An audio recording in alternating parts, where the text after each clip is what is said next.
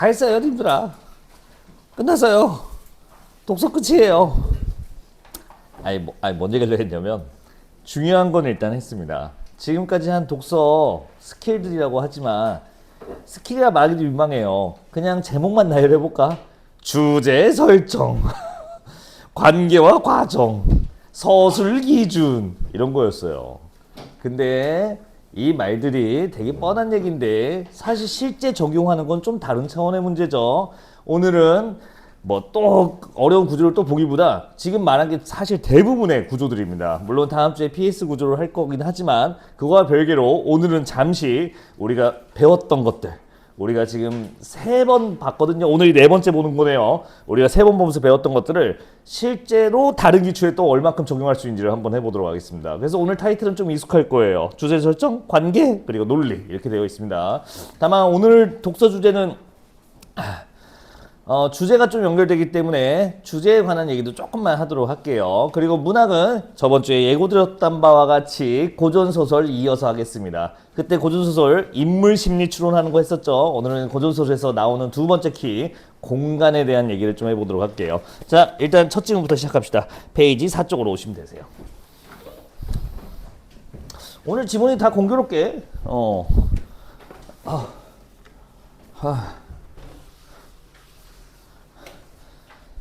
주제가 안 나오면 어떻게 할까요? 이거 전형적인 철학 지문이에요. 아주 그냥 이렇게 철학의 표본 지문은 없어요. 딱 전형적인 철학 지문입니다. 논리도 살짝 들어있긴 하지만 어찌됐든 인문 철학 지문이에요. 그러면 인문 철학은 계속 눈이 들었겠지만 글의 주제에 대한 정답이 존재하지 않습니다. 주제에 대한 정답이 존재하지 않아요. 그러니까 주제를 주고 여러 사람의 입장이 나와서 그 입장 간의 차이를 보는 게 기본 룰인데, 문제는 이거는 첫 마디부터 이상해요. 한번 볼래요? 근데 저기 합리론은 바로 그냥 본론 입장으로 시작해버립니다. 아니, 이런 글들은 주제를 주지 않는 글들이에요. 따로 우리한테 주제를 주기보다 그냥 이 안에 있는 내용을 주는 건데, 이게 과학기술이면 그러려니 해. 그냥 이거를 이 과학현상 혹은 이 기술을 이해해야 되구나. 예를 들어 저번에 했던 중력, 부력, 항력 이런 것처럼요. 그냥 이해하면 되구나. 근데 이건 인문철학 지문인데 이해하는 그런 지문이 아니에요. 정답이 존재하지 않기 때문에 이해하면 안 됩니다. 우리는 확인해야 돼요. 그럼 뭐냐? 자, 1문단을 좀 읽을 시간을 드릴게요. 6줄인데요. 입장을 제시하는 팀이 좀 있을 겁니다. 사람 이름일 수도 있다고 했죠? 무슨 론, 무슨 학, 무슨 주의일 수도 있다고 했죠? 자, 그걸 생각하면서 보시면 보일 거예요. 일단 1문단 편하게 읽어보시죠.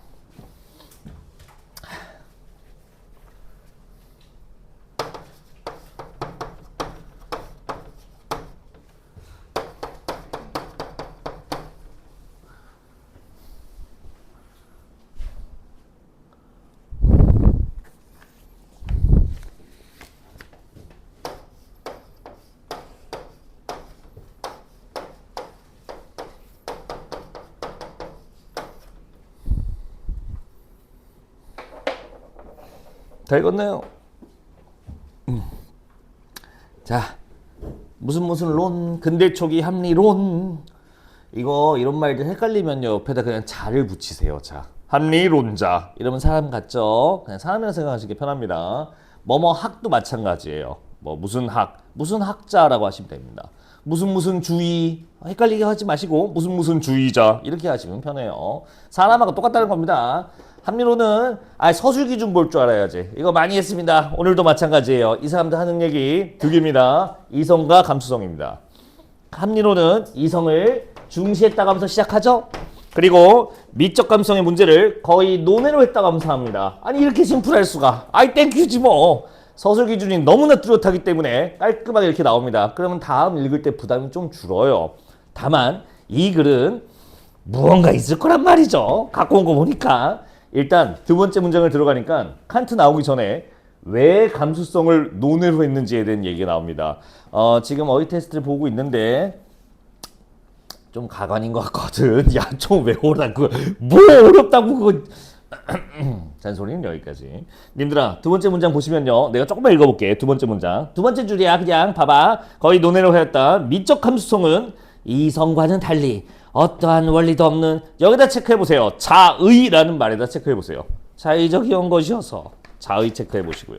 세계의 신부 피는데요. 기여하지 못하기 때문이다. 님들아, 그래서 왜 논외로 하는지에 대한 얘기 나왔는데요. 이 감수성은 자의적이어서 그렇대요. 자의가 뭘까? 헤이. 고마워. 일찍 온데도 여기 왔네. 아주 좋아. 아주 기분이 좋아. 이 자의의 뜻을 뭘로 알고 있어요? 당연히 사전적 뜻은 내가 요구하지 않고 느낌만 말하시면 됩니다. 자의적이다.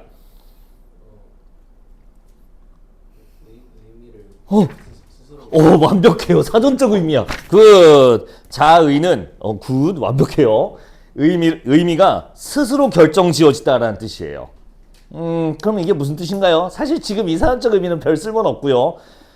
무언가 뭐 과학이도 좋고 어떤 뭐 이론도 좋고 아무것도 좋습니다. 무엇이든 의미나 가치가 생성되려면 그거에 알맞은 합당한 뒷받침되는 것이 있어야 의미나 가치가 생겨요. 너무 어렵게 말했나? 주장이라는 게 있다 쳐봅시다. 이 주장이 의미가 있고 가치가 있고 합당하게 되려면 타당한 뭐가 있어야 돼요? 근거가 있어야 되는 거 괜찮을까요? 근데 이 자의적이라는 말은요, 그 의미를 다른 근거에서 찾아온 게 아니라 그냥 스스로 결정지어 버렸답니다. 그러니까 이 말은 이제 앞으로 이렇게 읽으시면 편해요. 근거 없음이랑 똑같은 말입니다. 자의란 말은. 괜찮을까요? 이 감수성은 합리론자가 봤을 때 이게 쓸모가 없는 건데 왜 그러냐? 의미가 그냥 스스로 결정지어 버린다. 아니 근거가 없다. 밑도 끝도 없다. 그래서 세계 신비를 푸는데 기여하지 못한다 하면서 이제 논외로 한 이유를 밝힙니다. 자, 요건 좀 이상해요. 무슨 말인지 안 와닿아요. 근데 왜 따로 써놨어요? 뭐긴 뭐야. 작은 따옴표니까 그렇지. 정말 개뜬금없이 세계의 신비라고 해서 작은 따옴표가 붙어 있습니다. 작은 따옴표 말씀드렸죠. 독서짐에서 작은 따옴표는 당연히 누군가의 생각을 말하는 게 아니라 핵심 단어, 중심 화제라는 뜻을 그냥 명확히 해놓습니다. 이거 중심 화제예요. 이 글에 주제가 숨겨져 있지만 사실 이렇게 제공한 겁니다. 이거 세계의 신비를 푸는데 기여하는 것이 바로 이 글의 주제예요. 정말 뜬금없지만. 자, 근데 요건 이제 다 읽어야 보이는 거고 지금은 의도적으로 주제를 숨겨놓은 게 좀 보입니다. 좀만 더 읽어볼게요. 같이 이미 읽었죠? 칸트는 이성 얘기는 따로 안 합니다. 바로 그냥 감수성 얘기하는데 이 감수성을 미감적 판단력을 부르면서 자, 여러분들 네 번째 줄 보세요. 작은 따옴표 되어 있죠? 미감적 판단력을 부르면서 여기서부터요. 이 또한 어떤 여기다 체크하시면 됩니다. 어떤 원리에 의거 이 말이 보여야죠. 어떠한 원리 어떤 원리인지는 숨겨놨어요. 의거하고 있어요. 짝 상대형 거 보이세요? 평가원 지문은 다시 보면 볼수록 이런 단어 하나 배치 하나하나에 좀 집착을 합니다. 무조건 짝이 맞아야 돼요. 아까 감수성은 합리론자가 봤을 때는 자의적이었으니까 이런 결론이 나왔는데 칸트는 감수성을 어떤 근거에 의거한 걸로 봤어요. 즉 근거 없음이 아니라 근거 있음으로 취급한 겁니다. 괜찮을까요? 여기까지? 그러면 뭐 하겠다는 거야?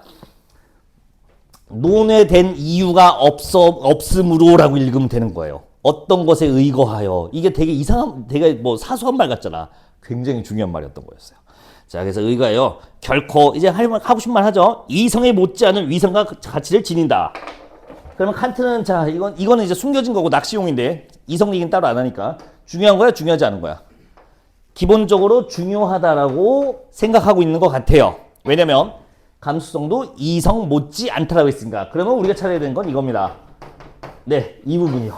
이 부분을 찾아가는 게 바로 이제 다음 글에서 읽어야 되는 것들이죠. 그리고 이 부분 논외가 아니라 감수성도 이성 못지않게 중요하다는 얘기를 하기 위해 꺼낸 게 바로 취미 판단 이론이랍니다. 칸트의 이론이겠죠. 자, 이렇게 하면서 시작되죠. 됐을까? 뭐 되게 별거 아닌 문장인데 사실 역시 매번 말하지만 다 읽고 나면 하고서 보입니다. 일단은 시작해 보자고요. 이 글도 워낙 유명한 수능 기출이어서 아마 접해본 도 있을 텐데 편안하게 한번 읽어보자고요. 참 혹시나 해서 하는데 여러분들이 무시하는 거죠. 논리학 별로 안 좋아하실 수도 있어서 혹시라도 당황해 할까봐 진짜 무시의 끝을 보여줄게. 수러가 뭔지는 알지? 수러 알고 있어요. 자, 김봉수는 못생겼다. 자, 김봉수는 못생겼다.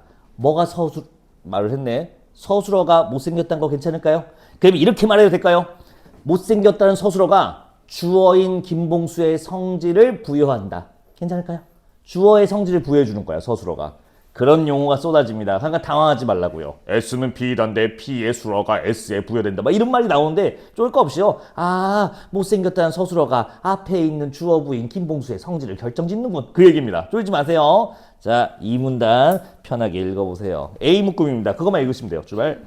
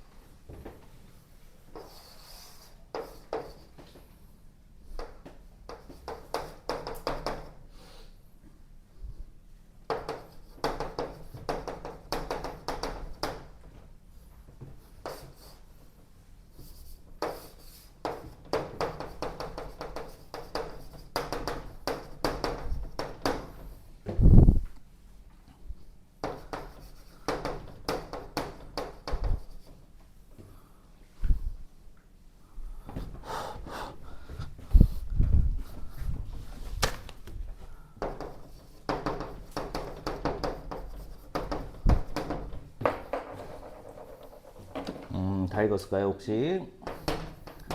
네, 지금 반도 못 썼어요.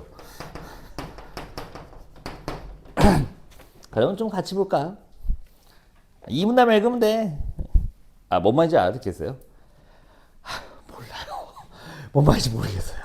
근데 대신 다 읽은 다음에 풀 때는 뭐 정신없이 푸는 거지. 이게 뭔 소리야, 젠장 하면서 그냥 푸는 거고, 끝나고 우리가 다시 분석했을 때는 절대로 국어 지문에서는 우리가 막 아니 소름 이렇게 복잡한 이런 거 없어요. 그냥 뻔한 얘기를 그냥 써놓은 겁니다. 그래서 안에 내용은 어려운 건 없어요. 일단 가볼게요. 처음에 무슨 막 용어를 던져주는데 이성이 개념을 통해 지식이나 도덕축지를 확립하는 규정적 판단에서는 와 수식어 보세요. 그래서 일단 그냥 다 써놨습니다. 다만 우리 글의 처음의 기준이었던 이성에 대한 얘기를 하고 있는 것 같습니다. 이 이성이라는 친구가 하는 판단이 바로 규정적 판단이었나 봐요. 이렇게 갑시다. 일단 이 규정적 판단은요, 보편적이고 객관적인 성질로서 주어에 부여된다. 이렇게 써있네요. 아이 뭔 소리야. 이 판단은 보편적이고 객관적이에요 라는 뜻입니다. 김봉수는 못생겼다. 못생겼다는 판단은 김봉수에게 부여하는 거예요. 이런 뜻입니다. 별거 아닙니다. 근데 이 낚시 보세요. 자, 어디 보시냐. 네 번째 줄입니다. A 묶음의 네 번째 줄 중간 보시면 이와 유사하게. 자, 우리는 답을 찾은 것 같아요. 왜냐면 우리가 할 게 이건 거 보이세요? 요걸 우리가 찾아야 돼요. 이게 아니라 칸트의 주장이니까 요게 똑같다라는 거니까 나왔나 보다 하고서 이제 낚여요. 이게 의도적으로 써놓은 거예요. 이 아저씨들이. 볼게요. 이와 유사하게 취미 판단에서도 P, 즉 및 또는 추가 마치 객관적인 성질인 것처럼 S에 부여된다. 여기까지 읽었을 땐 분위기 좋아요. 그래서 뭐 비슷한 건가 보다 하려고 했는데 그 다음 문장 볼게요. 하지만 실제로 취미 판단에서는 P는 오로지 판단 주체의 쾌 또는 불쾌라는 주관적 감정에 의한다. 주관 한번 체크해 보시고요. 어때요? 같다는 거야? 다르다는 거야? 다르다는 얘기했어요, 지금. 짝이 되는 말이 보이시면 참 좋습니다. 근데 여러분들은 문학론을 공부했기 때문에 이거 잘 보여야 돼요. 비슷한 거 얘기하는 척 하더니만 다르지롱 이렇게 얘기합니다. 아직 우리가 찾는 얘기가 안 나온 거예요. 조금 더 찾아봅시다. 우리는 분명히 이성으로 확립되는 판단인 규정적 판단, 그리고 감수성, 미적 감수성이가 뭔가 그걸 하기 위해 필요한 취미 판단, 이 두 개가 동등한 위상인 걸 찾으러 가는 여정 중인데 다르다부터 스타트했다고. 좀만 더 읽어볼게요. 또한 규정적 판단은 다시 왔어요. 규정적 판단으로 읽어볼게요. 명제의 객관적인 보편적인 타당성을 지향하므로 하나의 개별 대상뿐만 아니라 여러 대상, 모든 대상을 묶은 하나의 단위에서도 이루어진다. 이루어지는 대상 범위가 나옵니다. 개별 대상에도 적용되고요. 선생님 근데 이게 무슨 말이에요? 나는 몰라. 그냥 가는 거야. 묶은 대상에도 적용된다. 묶은 대상에도 개별에도 적용된다. 뭐가? 이 판단이라는 것은 이성에 의해 하는 판단이 규정 판단, 이것도 된대요. 자, 그럼 좀만 더 가볼게요. 이와 달리 취미 판단은 오로지 하나의 개별 대상에서만 이루어진다. 이 친구는 개별만 되나 봐요. 이렇게 됐네요. 자, 여기까지 읽으니까 어때요? 칸트의 말이 맞는 것 같아요. 뭐야, 이 칸트 개 틀렸네라고 생각하세요. 칸트 개소리 한 걸로 보여요. 솔직히 말해서 이거 뭐야, 하위 호환이잖아요. 더 구리잖아. 이건 개별도 되고 묶음도 됩니다. 이건 A도 되고 B도 되는데 얘는 A밖에 안 돼요. 뭐야, 떨어진다는 얘기입니다. 아무리 봐도 합리론자가 옳은 것 같아요. 즉 아직 안 나왔습니다. 이 글에서 하고자 하는 얘기가. 자, 이렇게 해서 이제 그럼 진짜 할 얘기를 알려주세요 하고 싶은데 잠깐 빠져요. 여러분들 그 다음 단어가 뭐야? 지금 읽은 거 다음 단어. 잠깐만. 하나의 개수로 일어난다. 즉 한 번 더 설명해 주네. 복수의 대상을 한 부리로 묶어 말하는 것은 이미 개념적 일반화되기 때문에 취미 판단이 될 수 없는 것이다. 네, 개별만 된다는 얘기를 즉을 써서 한 번 더 해줍니다. 이런 건 참고로 수상한 겁니다. 왜? 지금 처음 수업부터 한 얘기, 뭐뭐는 안 된다, 뭐뭐는 아니라, 이 얘기는 뭔가 지금 냄새가 나는 겁니다. 개별만 된다는 얘기를 굳이 묶은 다리는 안 된다, 낫나 하면서 계속 얘기하고 있어요. 이게 문제거든요, 이따가. 어찌됐든, 자, 그래서 어떻게 동등한 위상을 갖나요? 라고 듣고 싶은데 잠깐 빠져요. 그 다음 문장 첫 번째 단어 부사, 접속 부사 보시겠어요? 뭐라 써있는지? 한편입니다. 이 한편은 다른 말들, 다른 접속 부사랑 다르게 우리가 너무 힘을 줄 필요가 없어요. 다시 이거 조심하세요. 약간 오해하지 말고 들어. 한편 읽지 말라고 했던 것 같은데. 난 그런 얘기 한 적 없고. 그러나, 그래서, 하지만, 그럼에도 불구하고 이런 말들은요. 앞에 있는 말의 논리와 뒤에 말의 문장의 논리를 연결해 준 말이기 때문에 우리가 이 접속 부사를 이용해서 뒷말을 예상하거나 관계를 유추하는 게 가능해요. 그래서 아주 중요하기 때문에 아주 머리를 집중해서 읽어야 되는 접속 부사입니다. 그러나 하지만 그래서 이거 되게 중요하거든요. 근데 한편은요, 언제 쓰는 거냐면 잠시 이 논리를 벗어나서라는 뜻이에요, 사실상. 그럼 한편이 나올 때는 앞이랑 연결하려고 너무 노력하지 마시고요. 뭔가 옆에 뭔가 다른 주머니가 하나 더 붙어 있다 정도로 보시면 됩니다. 조금 더 과감하게 말씀드릴까요? 혹시라도 물어보면 이따가 와서 봐야겠다 여기 이라고 하는 게 오히려 편할 수도 있습니다.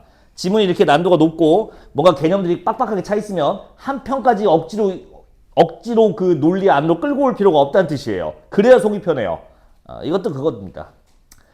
그리고 낸 사람의 의도가 이미 오픈돼서 이건 편하게 얘기해도 되는데 문제를 만들고 나니까 선지가 부족한 거야. 그래서 넣었대. 이건 나중에 밝혀진 거라서 뭐 예상과 다를 바가 없었어요. 그럼 이 한 편은 좀 이따 보겠습니다. 온 김에 보자. 읽진 않을게요. 한 편 그 뒤에 읽었죠. 천천히 보면 뭔 줄 아세요? 이게 취미 판단 조건이에요. 취미 판단에 될 수 있는 조건. 정확히 말하면 취미 판단이면 들어갈 수 없는 것들을 나열해 놓은 겁니다. 잠깐 논리가 빠졌거든요, 지금. 왜냐하면 지금 논리 전개는 누가 봐도 동등하다는 걸 설명하기 위해서 일단 차이, 동등하지는 않아 출발이라고 보여줬는데 잠깐 빠져서 잠깐만 취미 판단 조건에 이런 것들이 있어요 하고 지금 넘어가는 거야.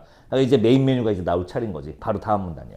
이 3문단 아직 안 읽었죠? 이 3문단이 해결을 해야 됩니다. 저 문제를 해결해야 돼요. 근데 솔직히 봐봐. 내가 이렇게까지 써놨으면 보여야 돼. 뭔 얘기할 것 같아요? 이게 지금 구리잖아. 하이호환이잖아. 그럼 이걸 하고 싶단 말이야. 비슷하게 위상을 가져야 된단 말이야. 그러면 지금 뭐가 빠졌기 때문에 취미 판단은 뭐가 빠졌기 때문에 이게 안 되는 걸까? 3문단 읽어봅시다.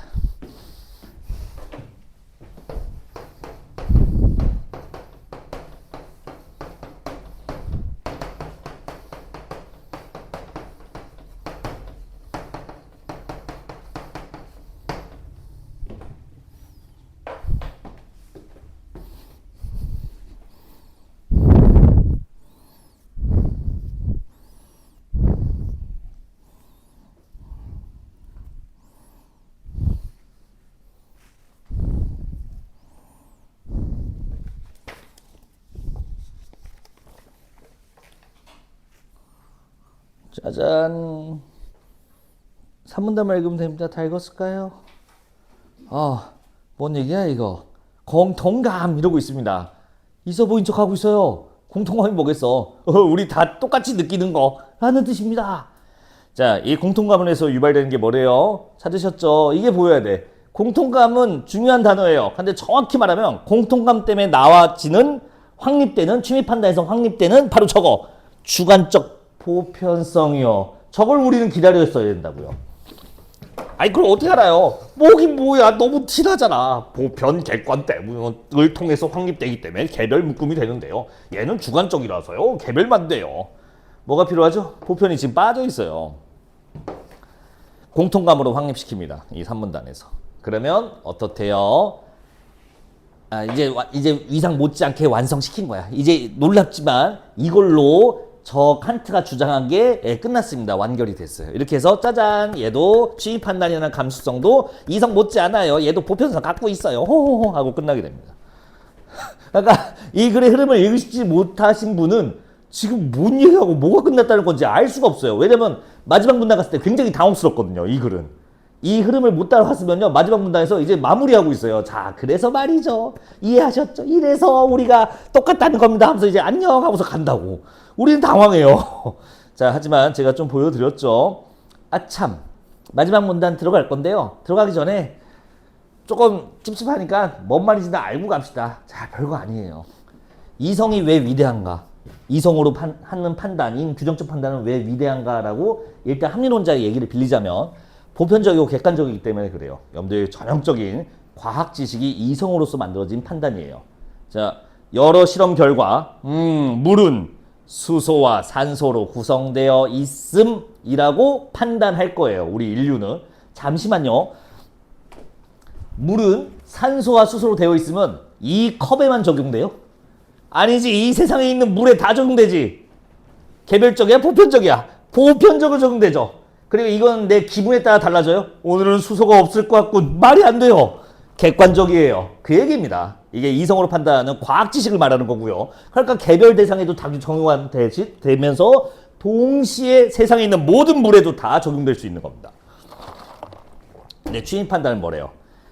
처음부터 오픈해줬어요. 취미 판단이 뭔지. 미추 판단이 돼요. 아름답거나 별거 아니야. 나도 봤는데 구해주려 하다가 별거 아니더라고. 버려요. 네, 먼지예요. 먼지. 버리세요. 벌레면 내가 가서 뛰어서 잡았지. 여기다 발로 차서 막 타고 나서. 뭔지 갈라겠냐? 방금 먼지였는데 했잖아. 이게 뭐 한 거야? 주민 판단한 거예요. 이게 더러운 거, 이거 이상한 거 하고서 한 거야. 이게 취미 판단인 거야. 근데 이거는 지금 우리가 읽은 이 문단까지만 봤을 때는 개별적이고 주관에 불과해요. 누군가는 봐봐, 나는 어땠어 지금? 나도 이랬어. 이거 별거 아닌데 뭐 이러고 있었단 말이야. 달라요. 하나밖에 적용 안 돼요. 그래서 또 이 얘기를 또 하자면 주관인데 왜 개별만 돼요? 뭐긴 뭐야. 자네는 이렇게 생각할 수 있지만 나는 그러면 자네가 이 먼지는 너무 더러워 싫어라고 생각하면 모든 먼지가 다 싫어라고 해야만 하는가? 그건 아니죠. 지금 내 눈앞에서 팔랑거리는 이 먼지가 싫은 거죠. 이런 식으로 되는 겁니다. 개별적인 것만 적용돼요. 아까 물은 다 H2O 그거랑 차원이 다르죠. 자, 근데 지금 간단하게 마무리할게. 이 공통감은 뭐냐? 취미 판단 중에 공통감이 작용하면 그때는 우리 모두 다 똑같다는 뜻이에요. 자, 별거 없습니다. 이게 좋은 예시가 될지 모르겠는데 자, 이건 싫어.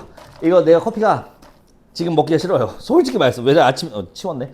아침부터 지금 2컵을 먹었더니 솔직히 맛이 없다. 그래서 이거 그만 먹을 거예요. 다만 이따가 누군가를 만나러 갈 일이 있는데 그때 이걸 들고 갈 거거든요. 액세서리처럼 말이죠. 그런 거 있잖아. 좀 뭔가 도시 남자 같고 하면서 난 이런 걸 안 들으면 좀 농업 종사자에 가까워요. 사실 외모는. 그래서 이런 걸 들고 가야 그나마 좀 이제 도시 사람 같다고. 그래서 가요. 이렇게 하고 간다고. 안 먹는다는데 목말라서. 근데 어차피 안 먹을 건데 그때 들고 갈 때 내가 여기다 소변을 받아서 간다고 쳐봐요. 안 먹을 거야. 뭘 이렇게 아우뚱이야. 어차피 안 먹는 거야. 똑같은 거야. 나한테 똑같아. 객관적으로. 자, 근데 여러분들이 그걸 보고 사람마다 의견이 다를 것 같아요. 아니지. 여러분들 그거 보고 얘 미친 거 아니야 하면서 이렇게 생각할 거라고. 여기 있는 20명 중에 한 명도 예외 없이, 예외 있으면 안 돼요. 예외도 없이 모두 다 아 더러워 라고 생각할 거야. 그 소변을 보고. 그래서 어차피 안 먹을 거야. 봐봐 하면 으 이렇게 할 거란 말이야 다들. 자 뭐예요? 감정도 감수성도 주관적이지만 모두가 똑같이 느끼면 보편적인 거랑 뭐가 다르냐. 물이 H2O라고 모두가 똑같이 생각하듯이 소변이 컵에 담겨있으면 아 더러워 하는 거는 똑같다. 얘도 보편성을 갖는다. 그렇다면 이제는 개별만 적용되는 게 아니라 취임 판단이 감수성도 똑같이 이성과 위상을 가질 수 있다라고 주장한 거였어요. 별것도 아닌 겁니다. 자, 한 줄 요약이면 뭔지 아세요? 이게 야 맞아 이성이 좋은 거 맞는데 우리 모두 똑같이 느끼면 그것도 우리가 받아들여야 되는 사실 아닐까? 이 얘기예요. 이 얘기를 지금 이렇게 어렵게 하는 거예요. 됐을까? 이렇게 끝내면 참 평화로웠을 텐데 마지막에 떡밥은 회수에 대해서 아까 뭔가 이상한 거 있었죠? 1문단에 뜬금없이 작은 따옴표. 자 이제 풀 시간 드릴게요. 마지막 문단 읽어보시고 네 문제 준비되어 있네요. 4분이면 되지 않을까요? 다 해서 해드렸는데 자 4분 재드릴게요. 출발.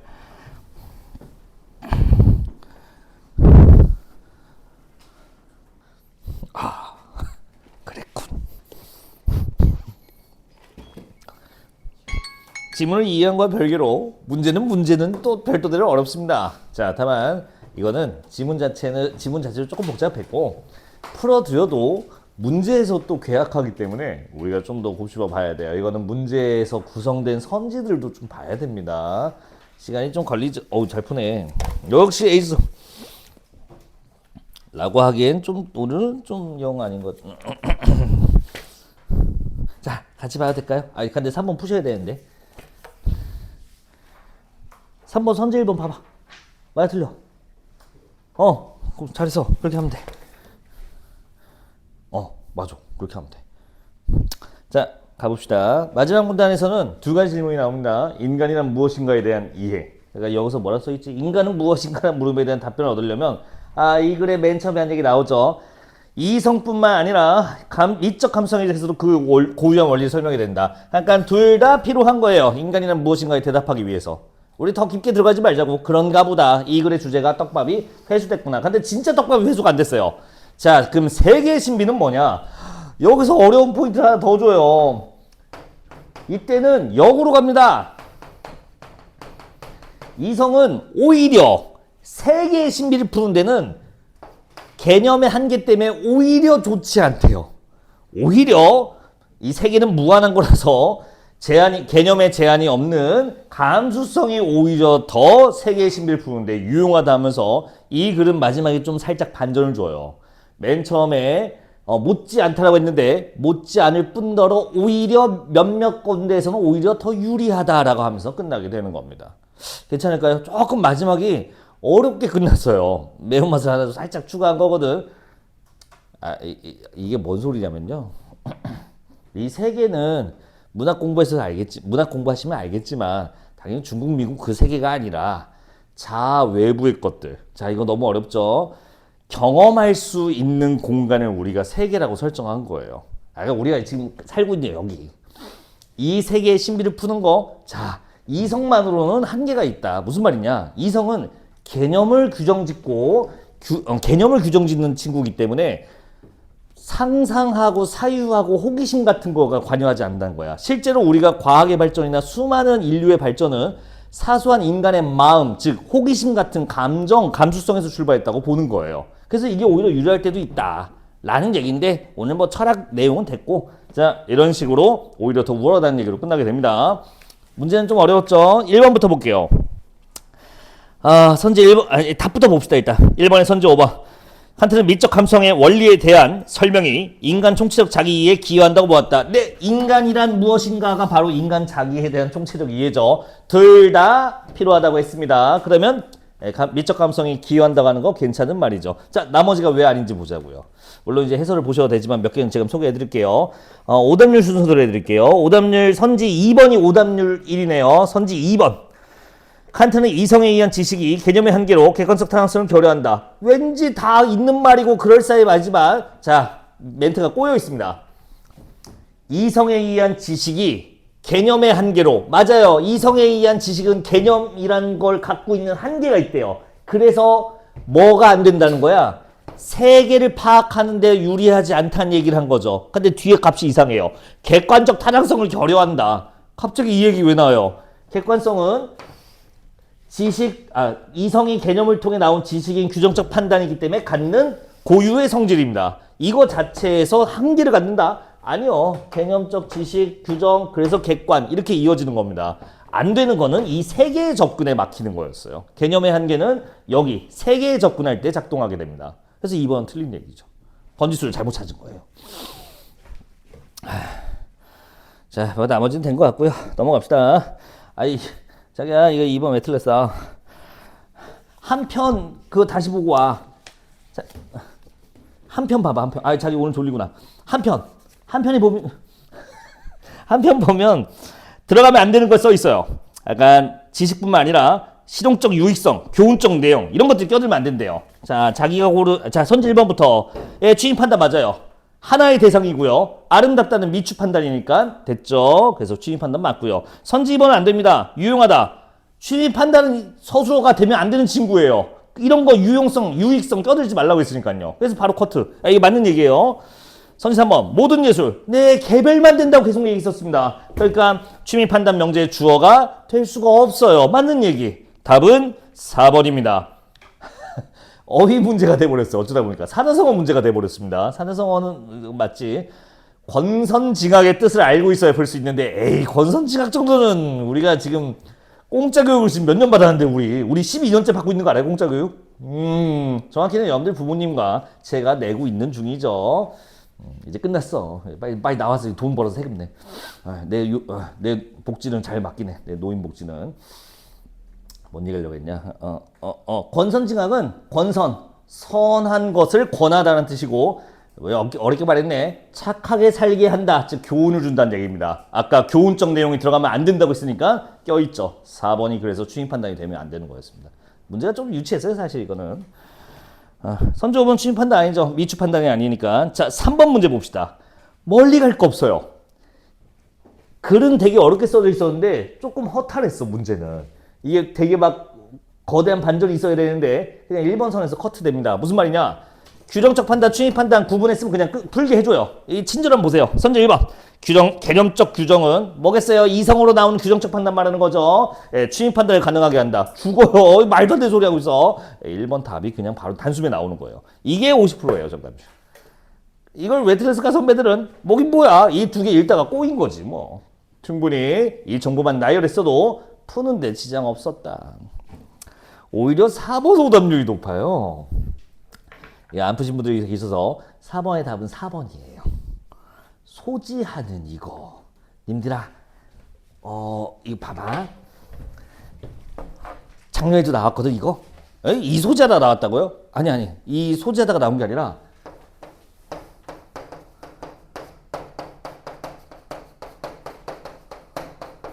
이거 구분하는 거예요. 봐봐. 진이다, 소지하다. 사실상 같은 말이야. 거의 동의어인데 달라요. 한국어에서 동의어는 없습니다. 조금씩은 차이가 있어요. 지니다는 구체적 대상을 지닌다고 해도 될까요? 그럼요. 핸드폰을 지니고 다닌다. 가능하죠? 자, 복수심을 지니고 다닌다. 돼요, 안 돼요? 돼요. 구체 수상 다 처리되는 게 바로 지니답니다. 근데 소지하다.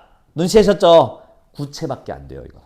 추상적 대상을 처리할 수가 없는 동사였던 거예요. 이 패턴 문제가 굉장히 많습니다. 아마 다음 주에도 있고 다다음 주에도 있고 계속 있을 겁니다. 앞으로 이렇게 동사 대체하는 말 나오면요. 이걸 먼저 해보세요.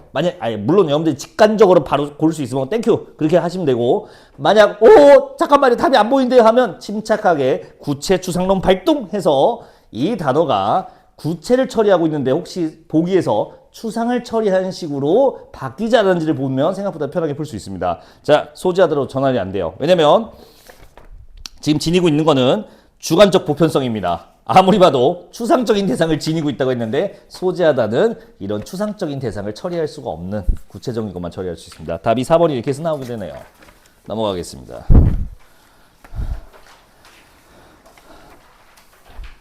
다담 그거 보지 말고요. 한 페이지만 더 넘기세요. 그냥 8쪽부터 하겠습니다. 멀리 갈 거 없이 바로 갑시다. 1문단 바로 읽어주세요. 역시 주제 따로 안 줍니다. 그냥 바로 던집니다. 출발.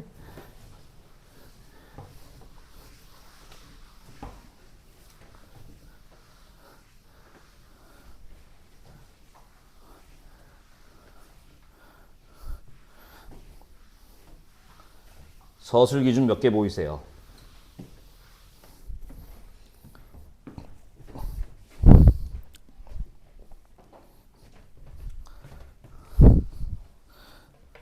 서술 기준.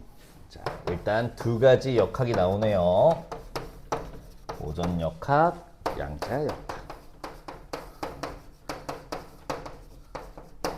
번외로 양자 역학이 말도 안 되게 많이 나올 거거든요. 제가 내기할 수도 있습니다. 올해 수능 특강에 양자 역학 실려 있을 거예요. 수능 특강 국어 말한 겁니다. 물리 2 말고요. 이거 실려 있을 겁니다. 왜요? 뭔데 확신해요? 뭐 피셜이 있나요? 아니 그런 건 없는데요. 매년 있었어요. 왜 그러면 이제 다시 질문하셔야죠. 왜 매년 있어요? 거기에 이제 포인트가 있는데 이건 이제 속사정이 좀 있습니다. 여러분들이 배우는 과학에서 영역은 총 4개로 보죠. 크게 화학, 생물, 생명이라고 하니? 생명, 지구과학, 물리 이렇게 4개를 보죠. 크게 각각 1, 2가 있는 것 같고 양자역학은 역학이라는 말에서 알겠지만 물리학입니다. 그래서 물리에서 배울 텐데 내가 물어봤어요. 물리 공부하는 친구한테 야 너 양자역학 어디서 배워? 몇 단에서 배웠더니 그거요? 그거 물리 2에서 끝부분에 살짝 나와요 라고 얘기하더라고요. 이상해요. 좀 더 이거 꽤 오래된 이론을 알고 있는데 이거 20세기에 1960년 50년 그때 나온 거래요. 그 전에부터 이미 연구가 진행돼 있었고 근데 왜 니네 물리2에서 살짝 다루니? 아직 연구가 안 끝났어요. 개발 중이에요. 이렇게 말하더라고요. 아는 사람한테 물어보니까 그렇대요. 그래? 아주 맛있는 덮밥이죠. 왜냐면요 물리를 선택해서 유리한 주제가 나오면 그거는 공정한 국어 시험이 아니에요. 당연하죠. 특정 영역을 선택했다고 이 지문이 유리해지면 그건 좋은 국어 테스트가 안 됩니다. 그러니까 이 사람이 해당 영역의 과학 영역을 선택했든 말든 상관없이 모두 다 공평하게 독서를 테스트해야 돼요. 그러니까 교과서에 있으면 안 돼요. 그 내용이 자세히. 자, 근데 문제는 제일 많이 나오는 게 뭘까? 아까 말한 크가지 4가지 분류 중에 생명이 제일 많이 나와요. 압도적으로 많이 나옵니다. 아마 국어 문제 많이 안 푸신 분들도 세포벽, 세포막 국어에서 좀 몇 번 봤을 겁니다.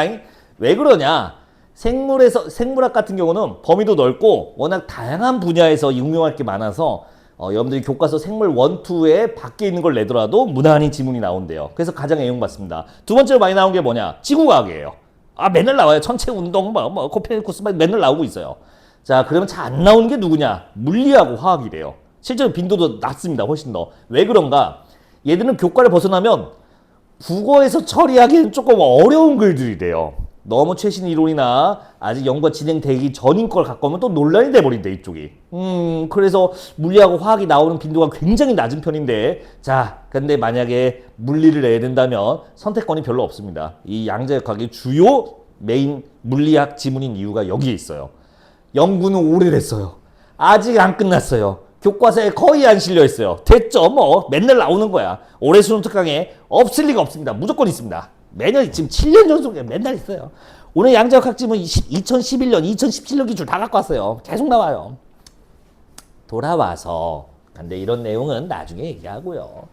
2가지 나왔는데 다시 볼 기회를 드릴 수도 있습니다. 서술 기준 몇 개 보이세요? 너무나 뚜렷해요. 다시 이쯤 되면 서술 기준이 뭔지 알아듣지? 서술 기준 몇 개 보이세요? 개수만 생각해봐 머릿속으로. 시키는 건 이제 내 애지자 시켜야지. 자, 애지자인데 이름도 아직 못 외웠네. 미친놈. 자기야. 서술 기준 몇 개 보여요? 자네 이씨 아닌가? 됐어. 몇 개야? 그렇지, 거기만 봐야지. 서술 기준 뒤에 추가 안 돼.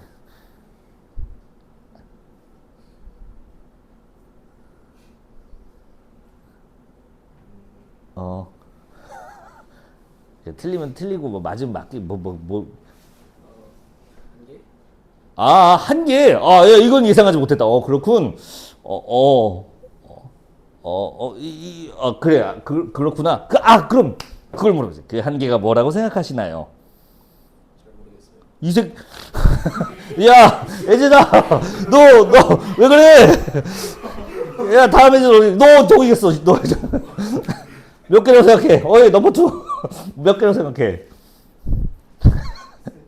세 개. 이거 우연찮게 나랑 생각이 비슷하구만. 님들아, 첫 번째 서술 기준.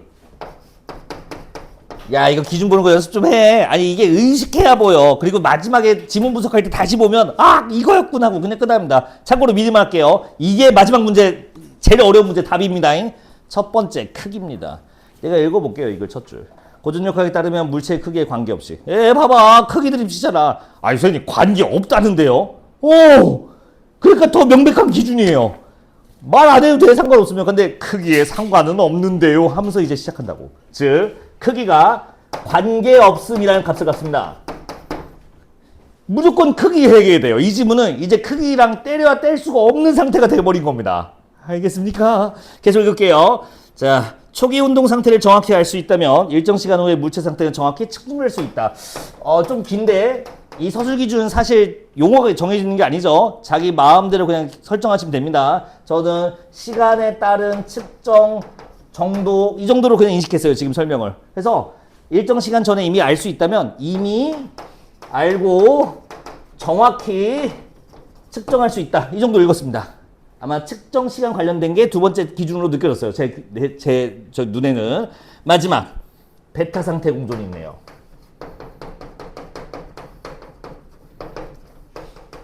베타 상태가 공존 가능하다. 자, 가봅시다. 다음 문장입니다. 하지만 20세기에 등장한 양자 역학에 의해 미시세계에서 체크해봐요. 는 아까 사실 첫 번째 지문에서도 는, 도, 만 이런 거 많았는데 그냥 안 하고 왔어. 여기서는 좀 하자고요. 양자 역학에 의해 미시세계에서는 내가 써볼게요. 여기다가 자, 명예회복 기회를 줘야지. 미시가 뭐야? 미시의 뜻. 오케이, 잘 써. 내가 너무 무시했구만. 에서는 이 는이라는 보조사는 함부로 쓰지 않습니다. 내가 문법 수업할 때마다 잠깐만 엄메트캉도 해야 되죠. 다음 주에 보자 엄메트캉. 아무도 안 듣고 폐강하는 게 제 꿈이었구만. 몇 명 있다고 들었습니다. 당신입니까? 네? 아니죠? 잘했어요. 누군지 모르겠지만 다음 주 우리 목요일날 만나요. 아침에 젠장. 자, 미시세계에서 너냐? 미시세계에서는 아니 왜 엄매 얘기를 했냐면 솔직히 3학년 이제 엄매 특강 듣는 애들이 왜 듣는지 알아요. 이제 내신을 하잖아. 수능도 봐야 되고. 근데 1학년 때 문법 했는데 다 까먹었어. 2학년 때 안에서. 불안해. 그래서 좀 하고 싶어. 그래서 듣는 거야. 그래서 이 친구들한테 내가 당연히 막 무슨 말도 안 되는 기본부터 하지 않지. 자, 여러분들 의문이라는 게 있답니다. 뭐 이러지는 않고, 자, 이게 의문이었죠 하는데, 격조사도 공부한단 말이야, 문법 할 때. 그래서, 야, 주격조사 뭐야 하면, 이 기억을 잊은 자들이 뭐라고 말하냐면, 본능적으로, 은는이가, 이렇게 말해요. 바로 욕이 나와요. 은는은 주격조사가 아닙니다. 전형적인 보조사예요. 이 은는이라는 보조사는 특별한 뜻을 더해줍니다. 자, 김봉수와 황수진이 있다. 황수진은 돈이 많다. 그러면 이 는이라는 글자 하나에 김봉수가 어떤 상태인 거야? 재정적으로 열악한 상태가 그냥 담겨 있는 거예요. 한 글자에 많은 걸 넣어놨다고. 자, 마찬가지입니다. 미시세계에서는 뭐라고 써있냐? 베타적인 상태들이 공존할 수 있음을 알려준다. 베타 상태가 공존할 수 있음을 알려준다. 빨리 좀 말해줘. 이렇게 되는 거였던 거죠. 선생님 이거 왜 비어있어요? 뭐긴 뭐야. 추론 문제지. 뭐 이따 있겠지. 자, 이렇게 구성되어 있고요. 그러면 이 는이라는 글자 하나로 파생되는 효과가 뭐냐? 양자 역학이라도 거시세계 추론해보세요. 거시세계, 큰 세계. 거시는 우리가 크게 보인다는 뜻이에요. 그러니까 눈깔로 보인다는 뜻입니다. 머리카락도 거시세계야. 참고로 이 정도도. 자, 거시세계에서는 어떻다는 거죠? 베타 상태 공존이 하지 않는구나라는 게 기본적으로 추론이 깔리고 시작하게 되는 그런 1분단이었던 거였어요. 그리고 이게 분명히 말합니다. 마지막 문제 정답입니다. 나 말했다. 틀리기만 해봐. 근데 다 틀려요. 짜잔. 이제 이 문단 읽을 겁니다. 이렇게 합시다. 이 문단을 읽고 좀 길죠? 천천히 읽고 9번 문제를 풀고 계세요. 먼저 다 읽으신 분은 자, 이 문단 마저 읽고 9번 풀기 출발.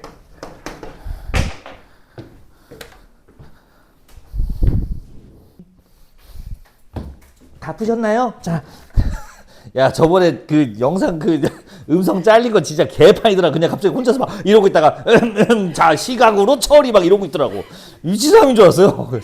그래서 나는 안 볼 줄 알고 올려놓고 안 보겠지 설마 보겠어 했는데 두 명한테 카톡이 오더라고요. 선생님 이거 영상이 이거 음성이 안 나오는데 혹시 해서 그래서 그 해보고 안 되는 거 질문해보게 했던 기억이 납니다. 심심한 사과를 드립니다. 그 영상을 손해를 보신 분들은 꼭 저에게 따로 질문을 해주세요. 안 하시더라고요.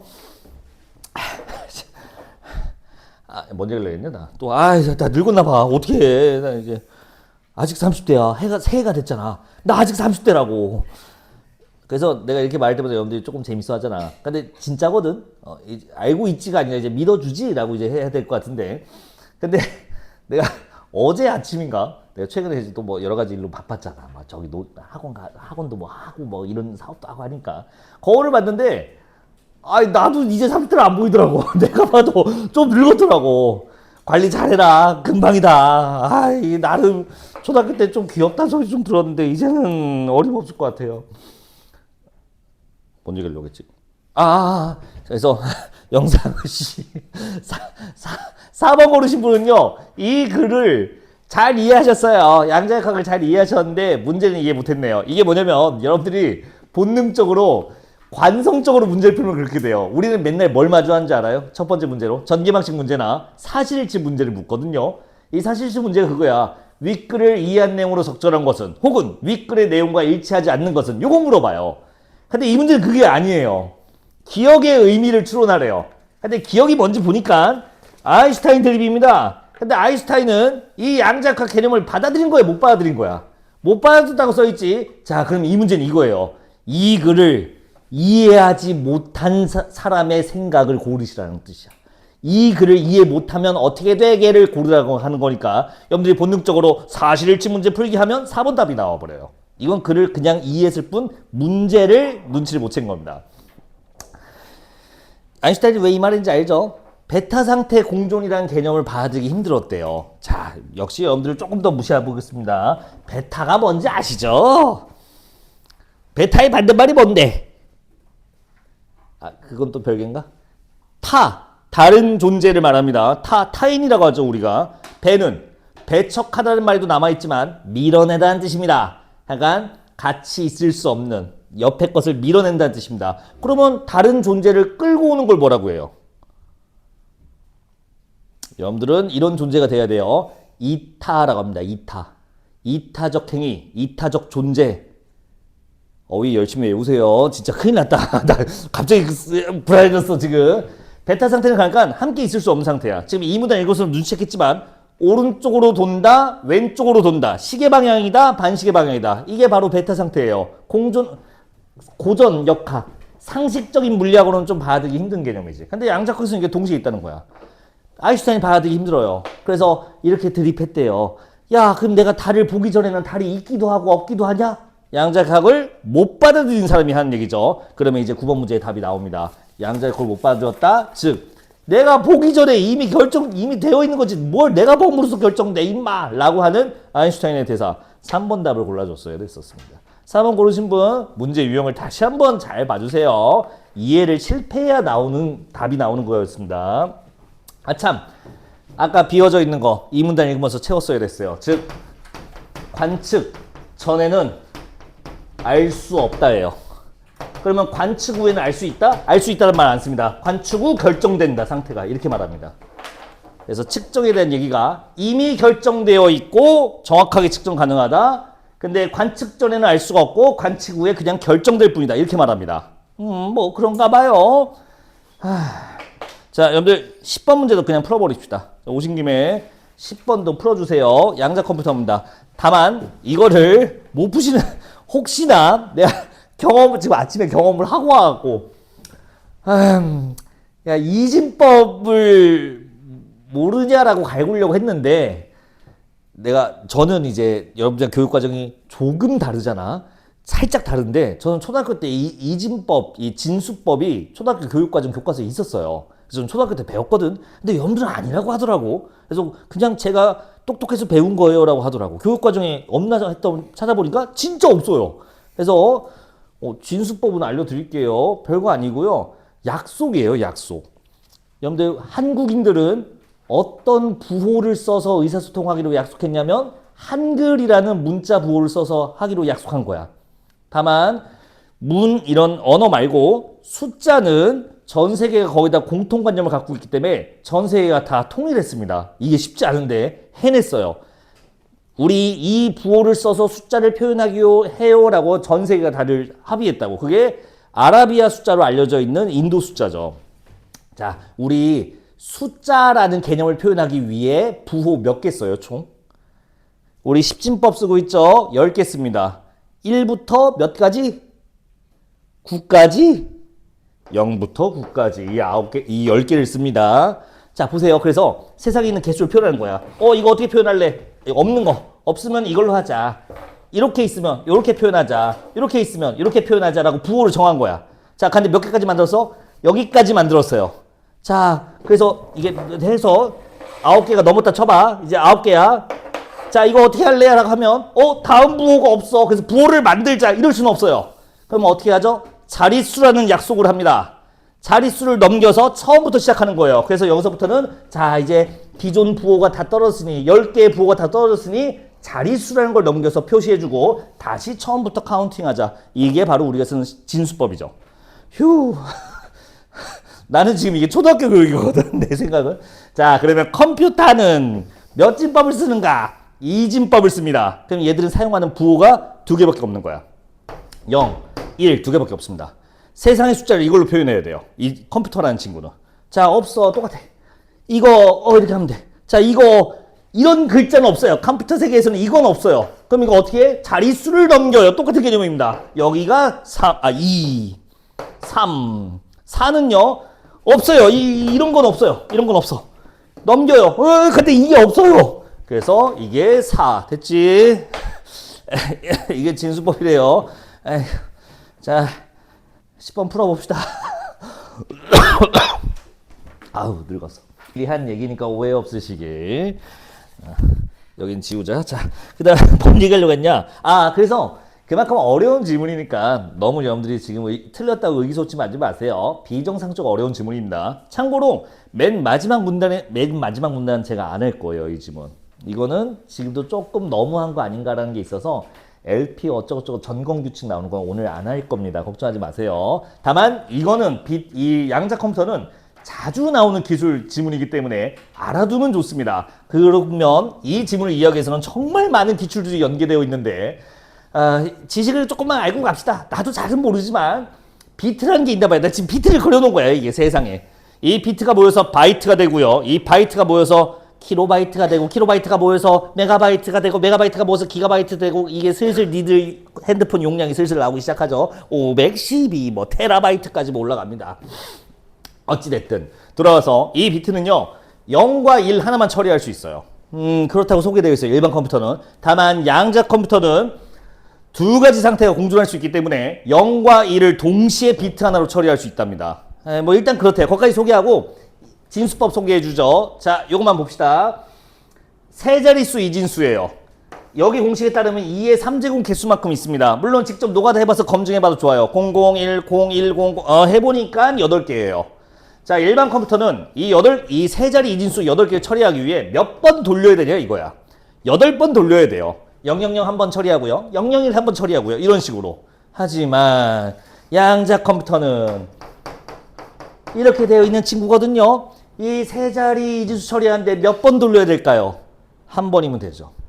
어차피 이 모든 경우의 수가 이 세 개 비트 칸에 다 들어있기 때문에 그렇습니다. 그래서 한 번 딸깍 하면 끝나요. 몇 배 빠른 거야? 8배 빠른 거지요. 일반 컴퓨터에 비해. 이런 식으로 푸는 문제였습니다. 끝났어요. 별것도 없어요. 그러니까 예를 들어서 선지 2번 6배가 아니라 8배인 거. 선지 3번도 볼까요? 1비트 한 자리 처리한대요. 2배 빠릅니다. 일반 컴퓨터는 0 한 번, 1 한 번에서 두 번 처리해야 되는데 양자 컴퓨터는 딸깍 하면 비트 하나로 0과 1을 동시에 처리하니까 두 배 빠른 거죠. 같지 않습니다. 답은 4번이에요. 4비트, 비트가 4개 있으면 양자 컴퓨터가 몇 자리 처리 가능한가요? 4자리 이진수 한 번에 처리 가능합니다. 근데 4자리 이진수는 2의 4제곱, 16개가 있습니다. 그래서 답이 4번이 나오게 되는 거죠.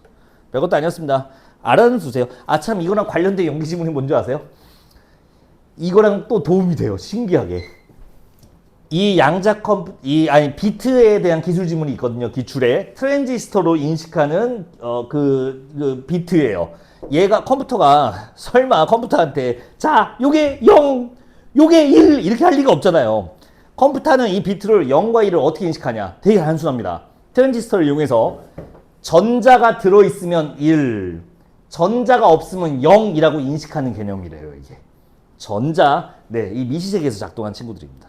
그래서 전자가 있냐, 없냐에 따라서 0과 1을 판정해서 계산하는 게 컴퓨터의 원리인데, 그럼 양자 컴퓨터의 비트는 뭐야? 전자가 있기도 하면서 없기도 한 상태가 공존하는 겁니다. 그래서 이 0과 1을 동시에 처리한다는 얘기가 이렇게 나와 있던 거였어요. 관심 있으신 분은 좀 더 찾아보는데 어차피 수능 특강 독서에 있을 예정입니다. 그때 봐도 돼요. 자, 얘기가 길어졌네요. 다시 본문으로 봅시다. 여러분들 조금만 더 하고 싶게요. 8쪽으로 오셔서 3문단 읽어보시면 됩니다. 별거 아닙니다. 방금 했던 거예요. 3문단 읽어보시고 마지막 문단 빼고 다 읽으세요. 마지막 문단 빼고 다 읽어보세요. 그리고 11번을 도전해 오고 계세요. 써줄게요.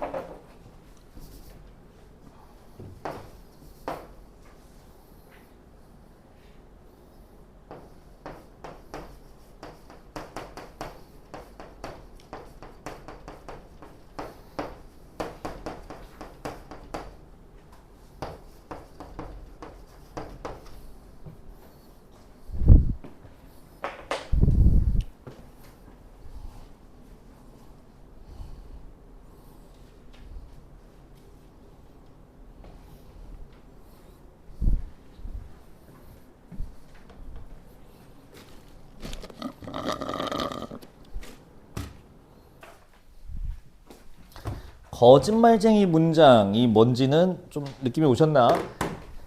고전 논리랑 달라요. 고전 논리는 이 거짓말쟁이 문장을 처리할 수가 없답니다. 이 문장은 거짓이다. 이 문장은 거짓이다.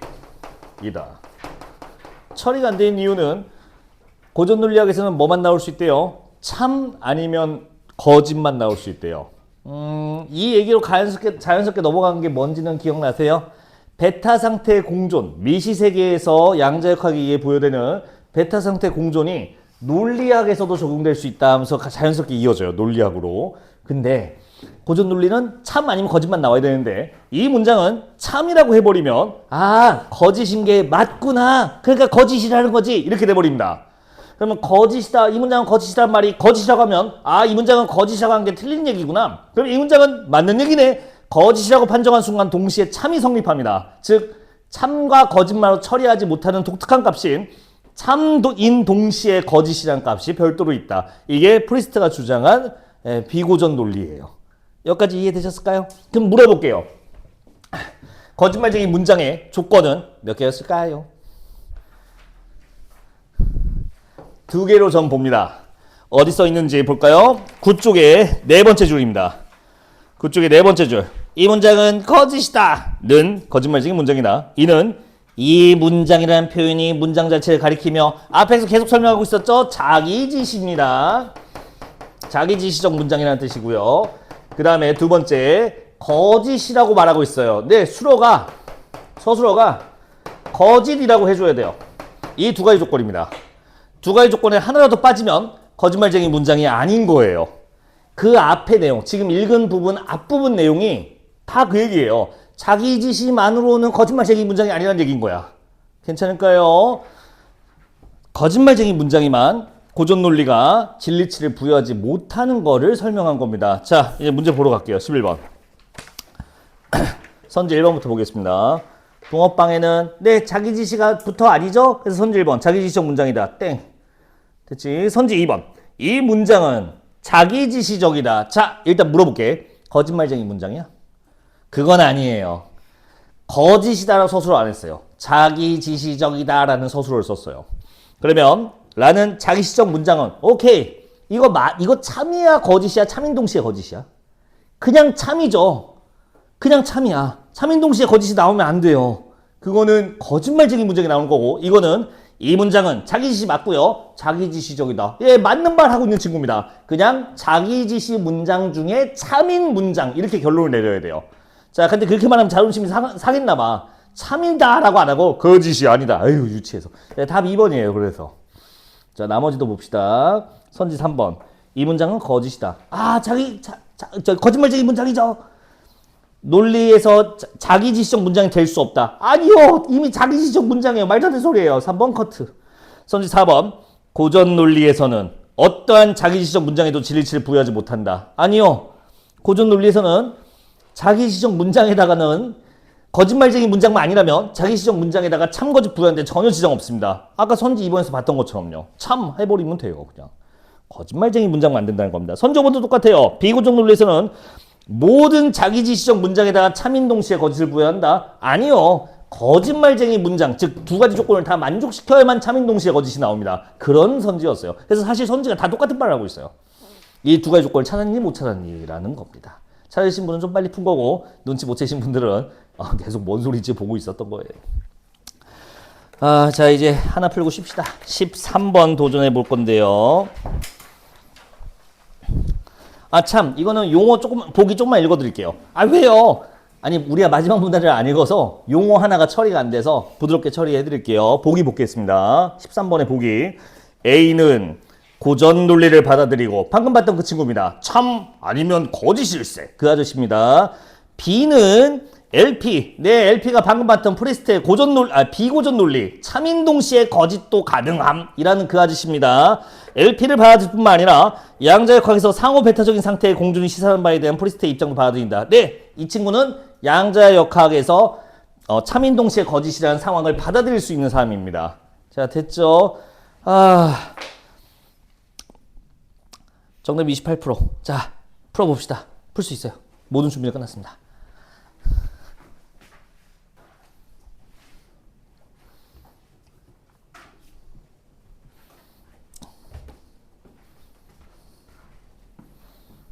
나 시작할 때 말했는데 마지막 문제 답이 바로 이것입니다. 이것입니다.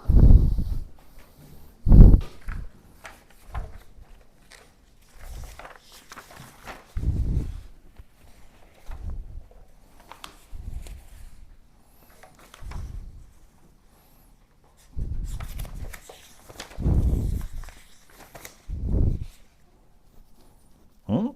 의도한 건 아닌데 문제가 똑같네. 그게 아니라 아래에 있는 어휘 문제가 똑같아요. 의도한 건 아닌데. 맨날 나오는 거 나온다고. 3년의 격차가 있어도 똑같아, 문제가. 어휘 좀 외워, 제발.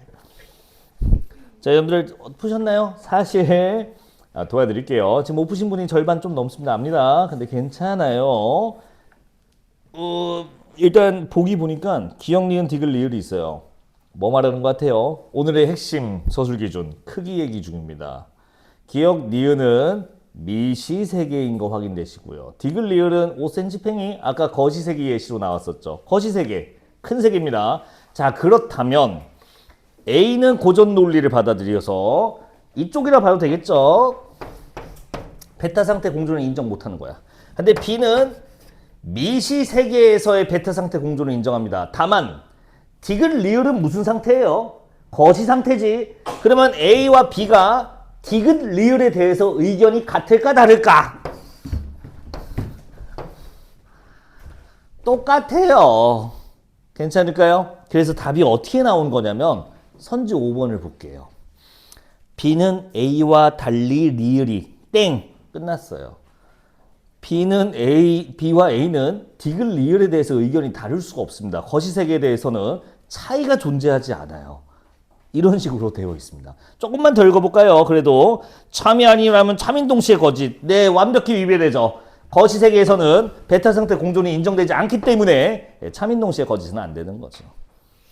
자, 지금 출제에도 안 익혀주신 분들은 꼭 다시 보세요. 매번 얘기하지만 될 때까지 보여야 돼. 내가 도와줄 수 있는 건 여기까지예요. 그 다음에 이제 님들이 먹어야 돼. 어쩔 수 없어. 자, 10분만 쉬었다 합시다, 우리.